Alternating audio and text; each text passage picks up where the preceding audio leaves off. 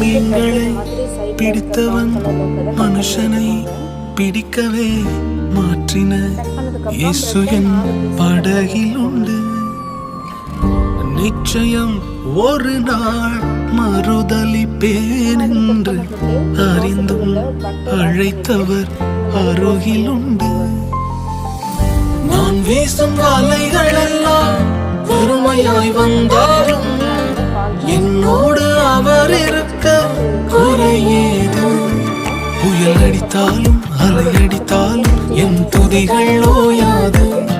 கரை தெரியாமல் கண்ணலைந்தாலும் என் துதிகள் ஓயாது.